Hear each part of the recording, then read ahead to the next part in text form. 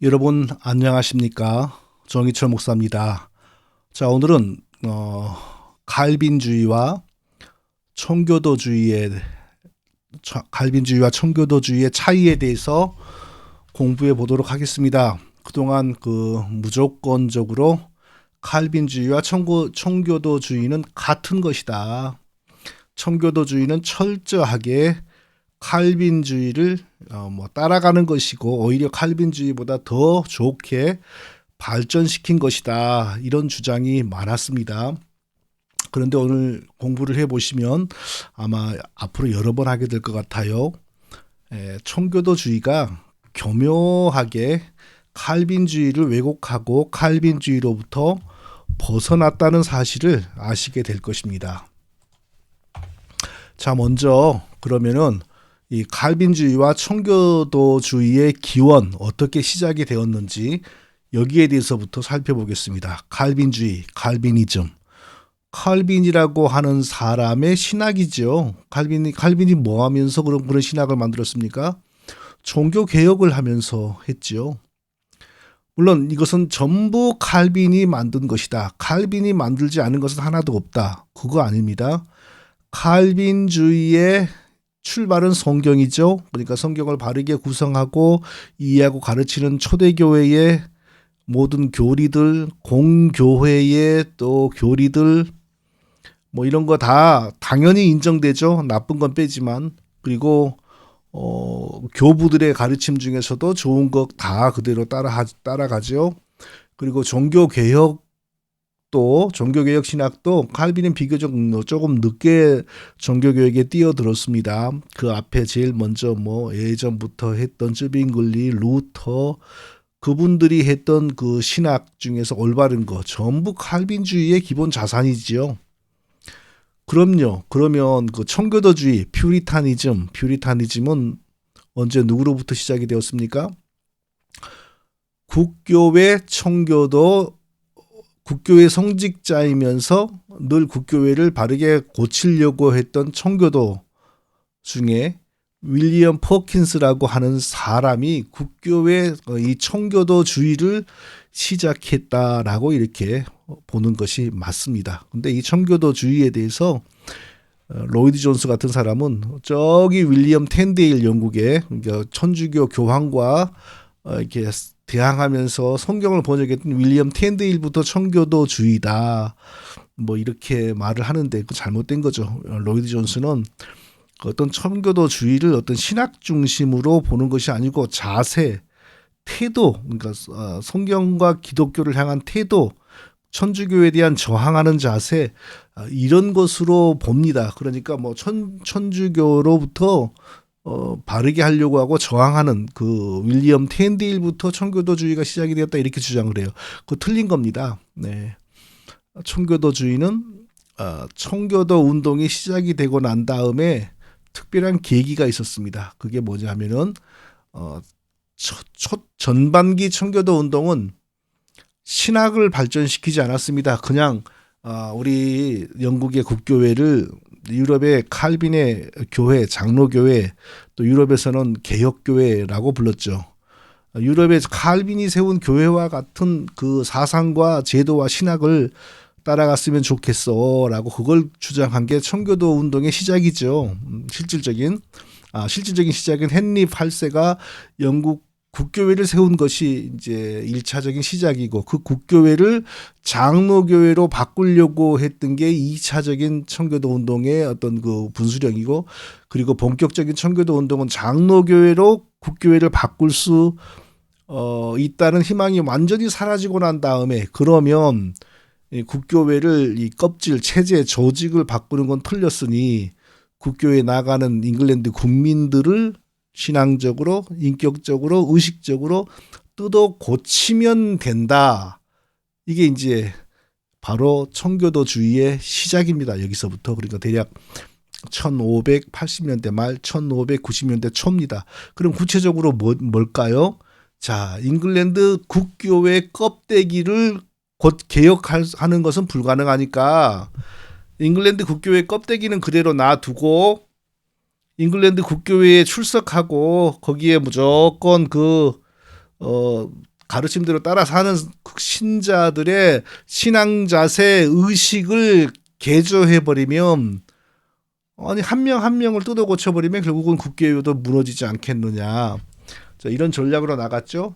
그 출발이 바로 언약신학입니다. 그래서 청교도들에 의한 언약신학, 청교도 언약신학, 이것이 바로 청교도주의의 출발입니다.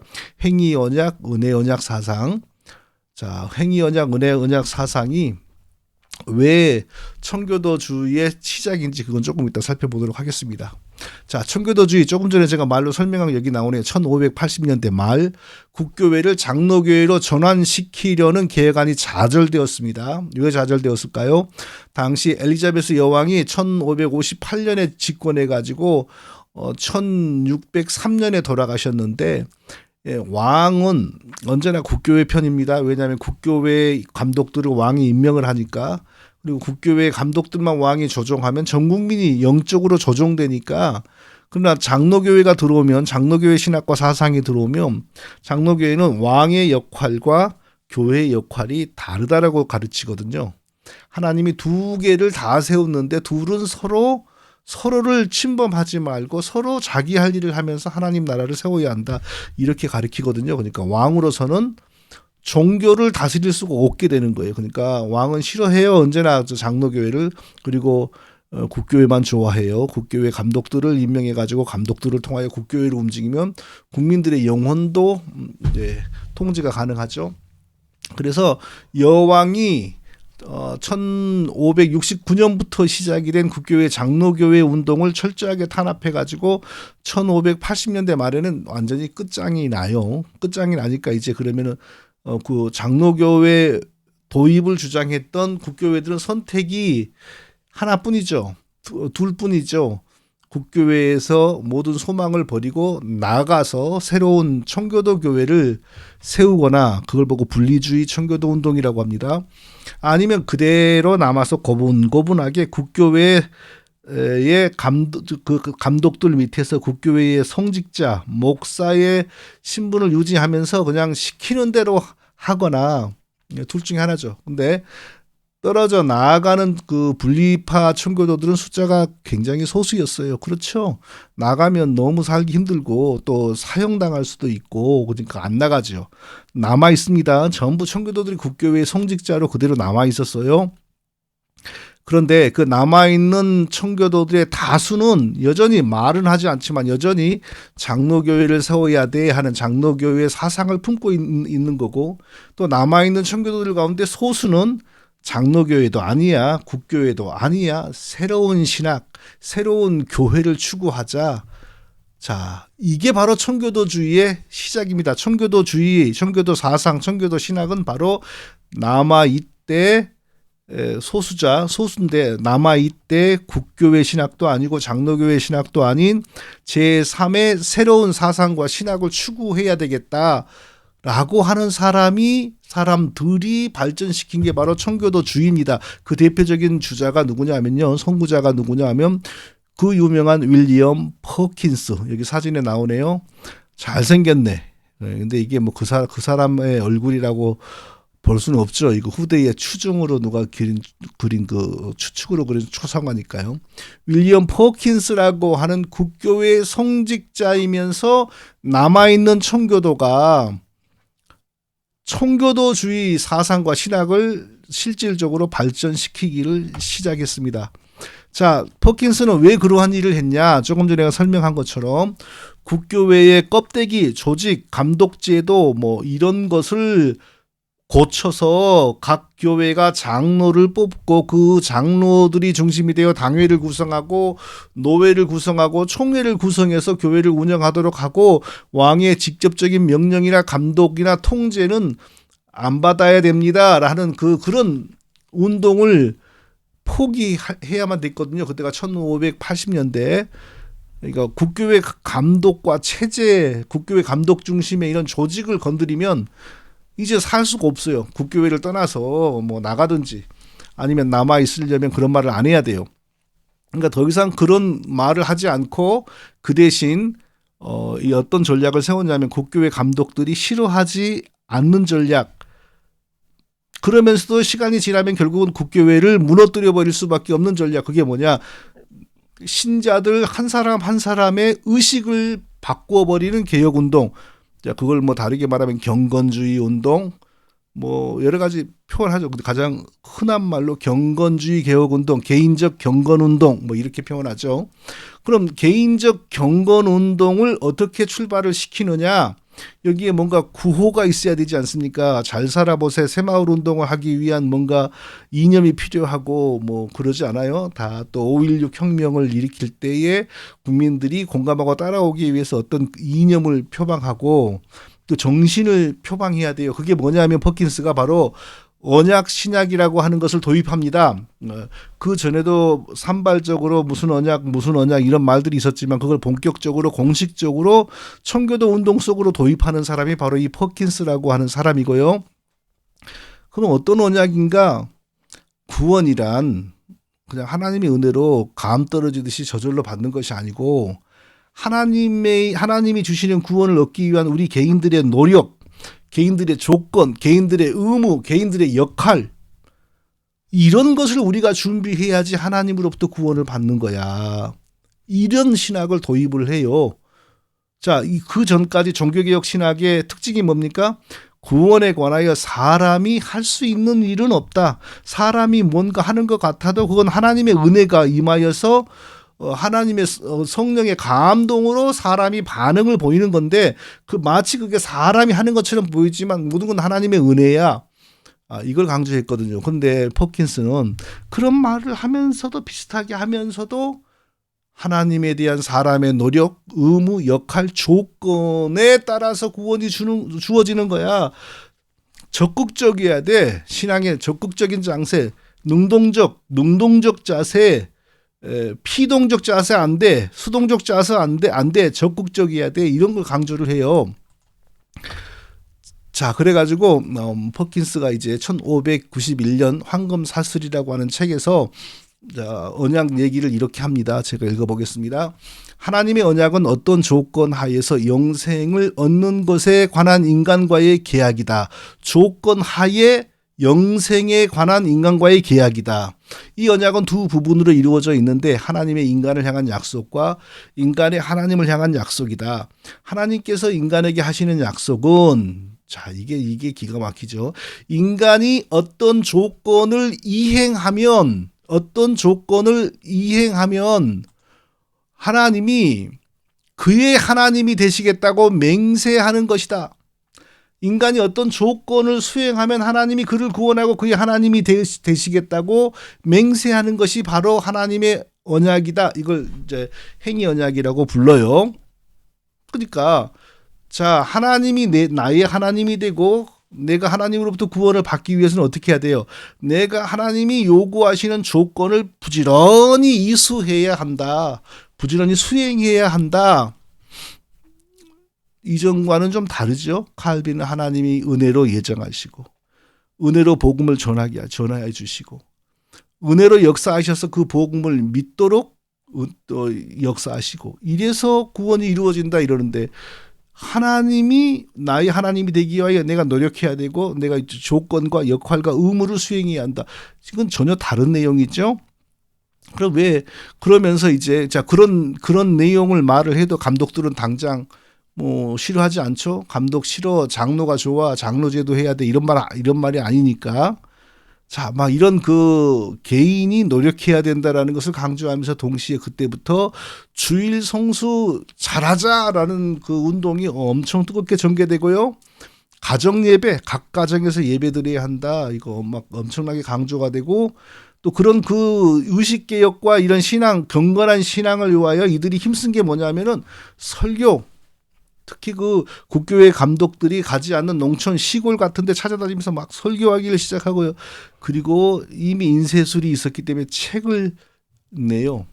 부지런히 책을 내요. 그래서 1630년대에는 영국의 모든 출판업자들 책을 판매하는 사람들, 인쇄하는 사람들의 거의 대부분이 청교도들이었다. 이제 이렇게 알려지고 있습니다. 그러니까 처음에 국교회 감독들은 이제 뭐 더 이상 국교회 체제를 바꾸자 이런 말을 안 하니까 됐구나. 근데 알고 보니까 한 명 한 명 국민들의 신앙을 이렇게 개조해버려요. 적극적인 신앙을 가지게 만들어요. 스스로 자기 구원을 얻기 위해서 노력하게 만들어버립니다.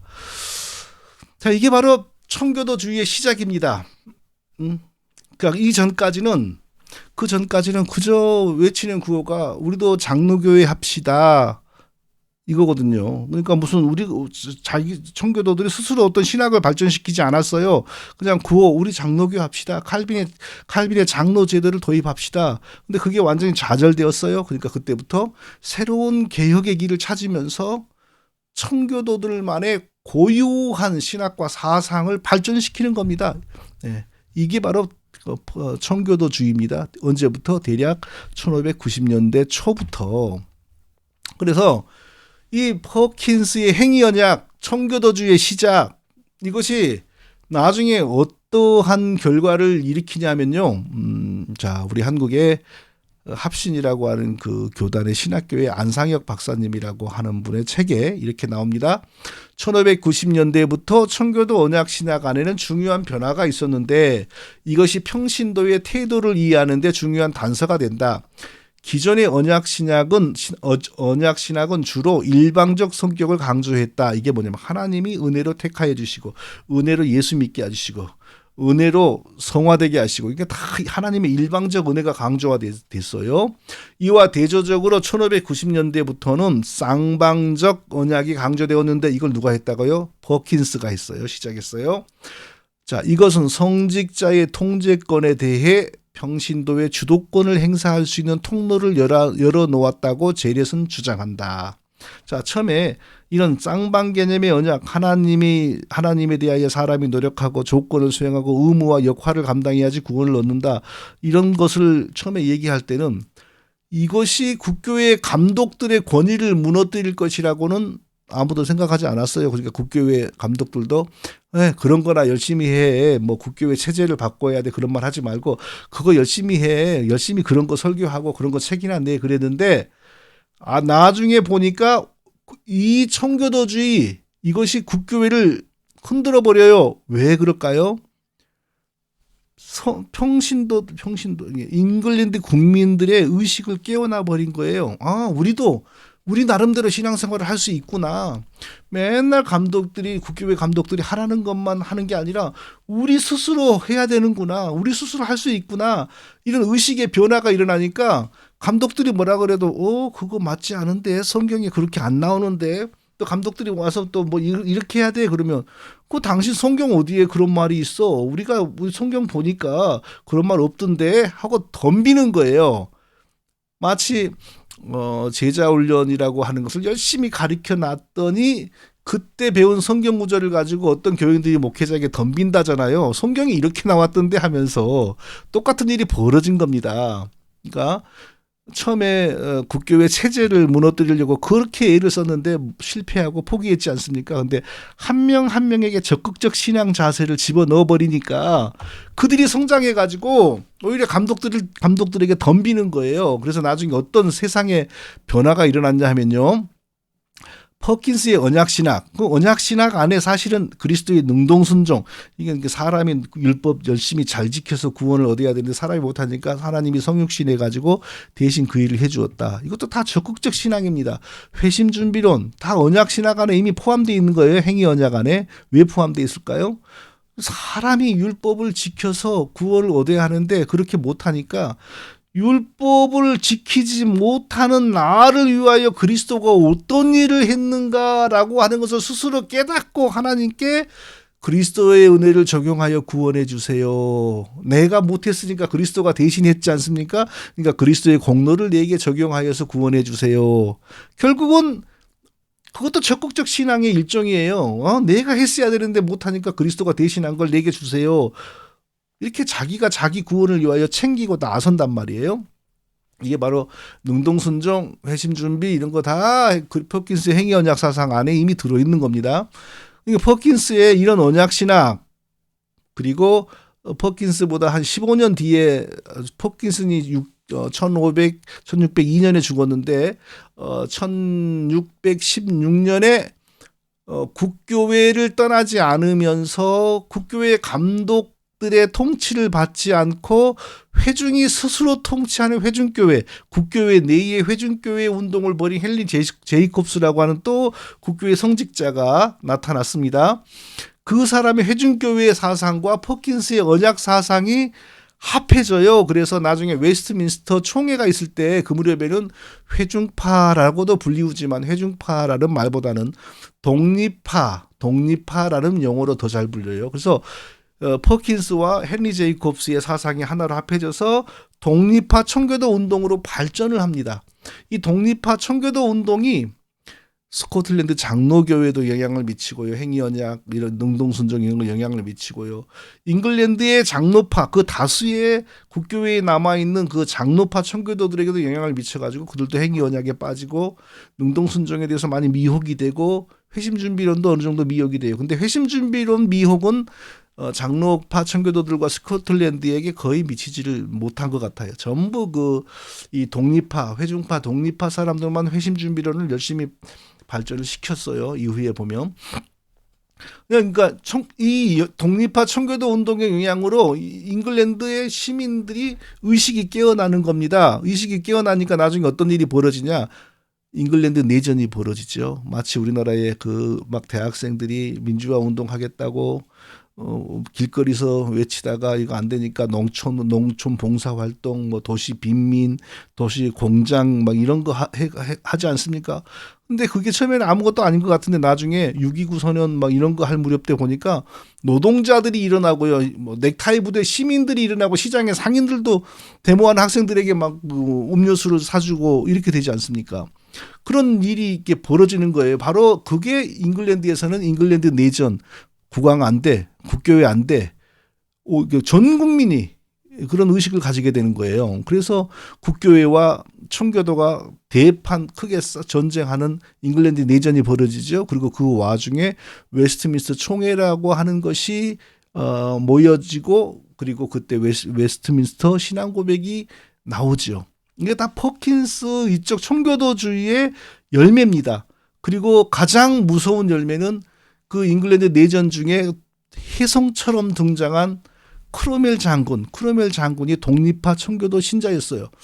그러니까 숫자는 제일 독립파가 적어요. 그런데 벌써 여기서 탁월한 장군이 나오고 그의 군대도 거의 대부분이 독립파 병사들이고, 그러니까 이 사람들이 우리가 힘이 있는데 장로파들을 왜 따라가 하면서 잉글랜드에서 장로파를 말살시켜버려요. 없애버려요. 그리고 또 스코틀랜드에도 2번이나 정복해버려요.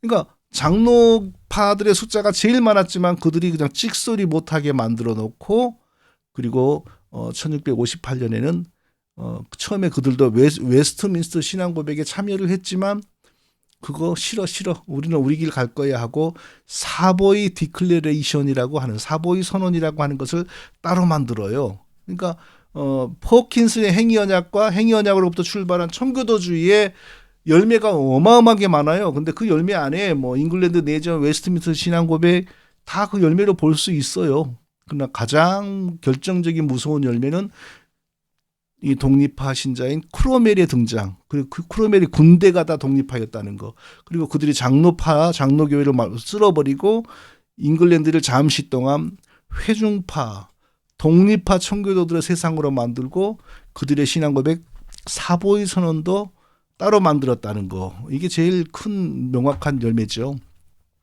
자, 그러면 칼빈주의와 청교도주의의 가장 대표적인 문서는 뭘까요? 칼빈주의, 당연히 기독교 강요죠. 기독교 강요가 칼빈주의의 가장 대표적인 문서죠. 청교도주의의 대표적인 문서는요, 퍼킨스가 쓴 예를 들면 황금사슬 같은 거요. 그리고 청교도주의의 가장 대표적인 문서는 웨스트민스터 신앙고백서입니다.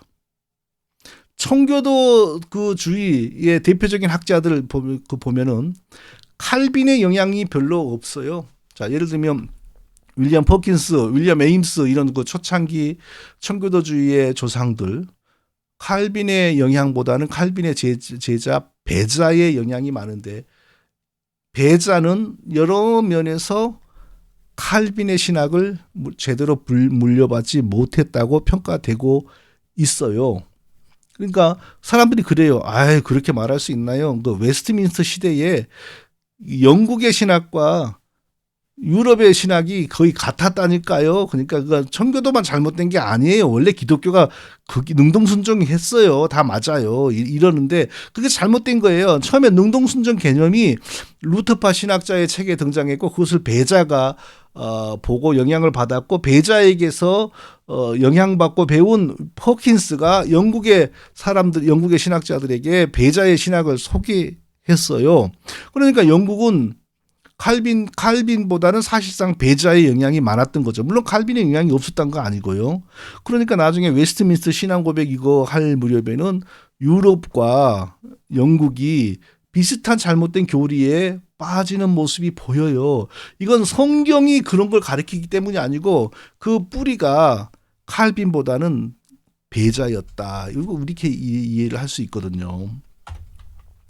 자, 그 청교도주 신학의 대표적인 열매 아니면 뭐라 그럴까 발전, 계승 외신서에 보면 이렇게 나옵니다. 외신서 7장 2항 행위 언약 사람과 맺으신 첫 언약은 행위 언약이었는데 거기에서 완전한 개인적 순종을 조건으로 아담과 그 안에서 그의 후손들에게 생명이 약속되었다. 자, 우리의 정말 신앙의 표준문서. 성경도 중요하지만 실질적으로 성경 이상으로 우리에게 중요한 이 문서 안에 이렇게 나옵니다. 하나님이 사람에게 약속을 했는데 완전히 순종하면 생명을 주겠다.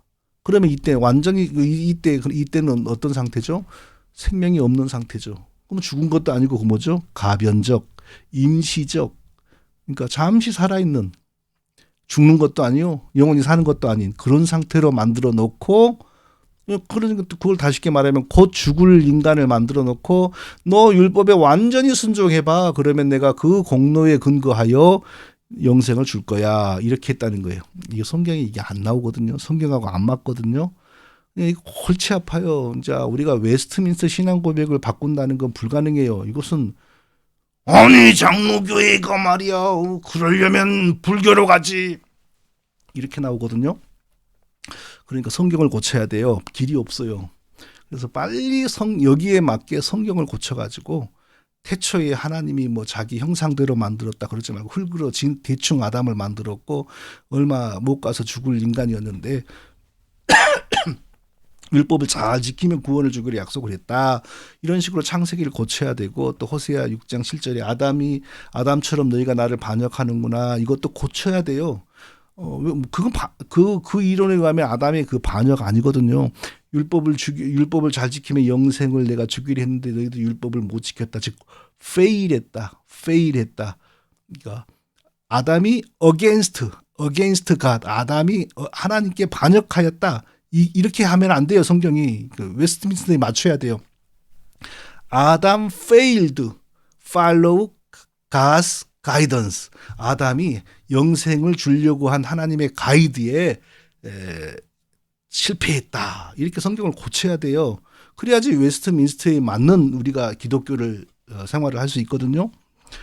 그리고 또 그 다음에 우리 그 유명한 바빙크도 그렇게 가르쳤어요. 하나님은 타락 전에 맺어진 첫 번째 언약 안에서 인간에게 완전한 순종을 요구하셨고 이 명령을 완전하게 성취한 후에 비로소 영생과 하늘의 구원을 주시리라 약속하셨습니다. 자, 여기도 보세요. 아담이 창조될 때는 영생이 없었어요. 근데 완전한 순종, 율법에 대한 완전한 순종이 성취된 후에 하늘의 영생과 구원을 주기로 약속했습니다.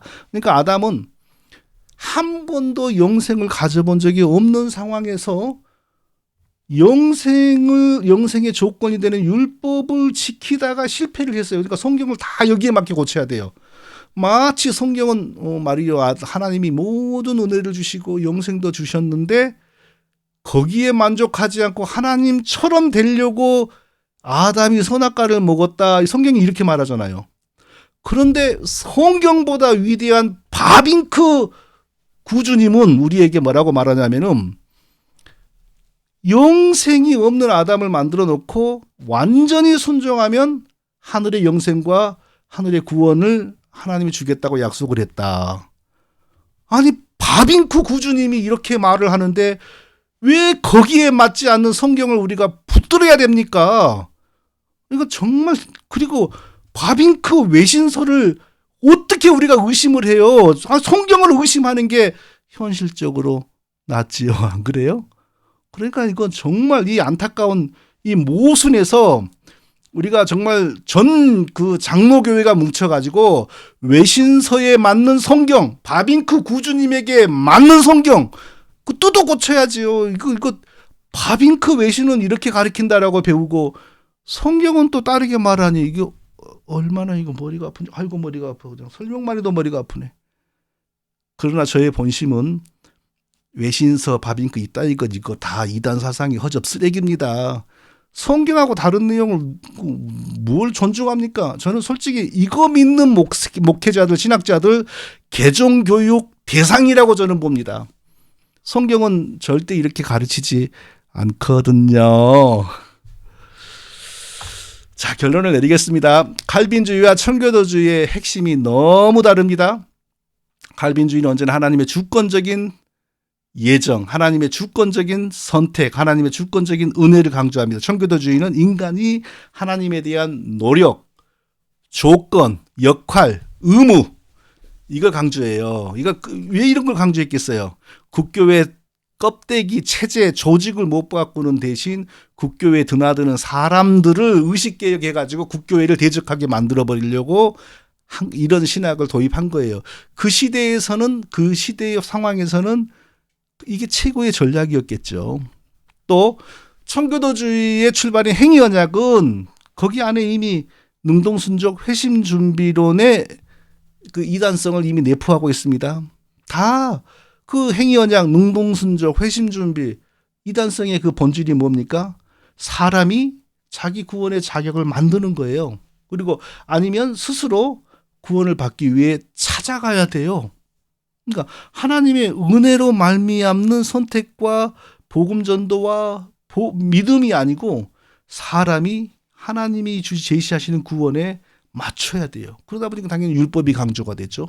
그 율법을 내가 못 지키면 하나님이라도 대신 성육신하에서 와서 대신 지켜야 되고요. 자, 이러니 청교도주의가 이거 얼마나 성경에서 많이 벗어납니까? 정말 심각합니다. 오늘 서론입니다. 앞으로 계속해서 칼빈주의와 청교도주의가 어떻게 다른지 살펴보도록 하겠습니다. 감사합니다. 긴 시간. 오늘도 한 15분 이내로 하려고 했는데 벌써 33분이 되었네요. 건강하시고요. 또 다음에 뵐 때까지 은혜와 진리가 충만하시고요. 늘 우리 기도하면서 하나님의 뜻 가운데 살아갈 수 있기를 예수님의 이름으로 축원드립니다. 감사합니다.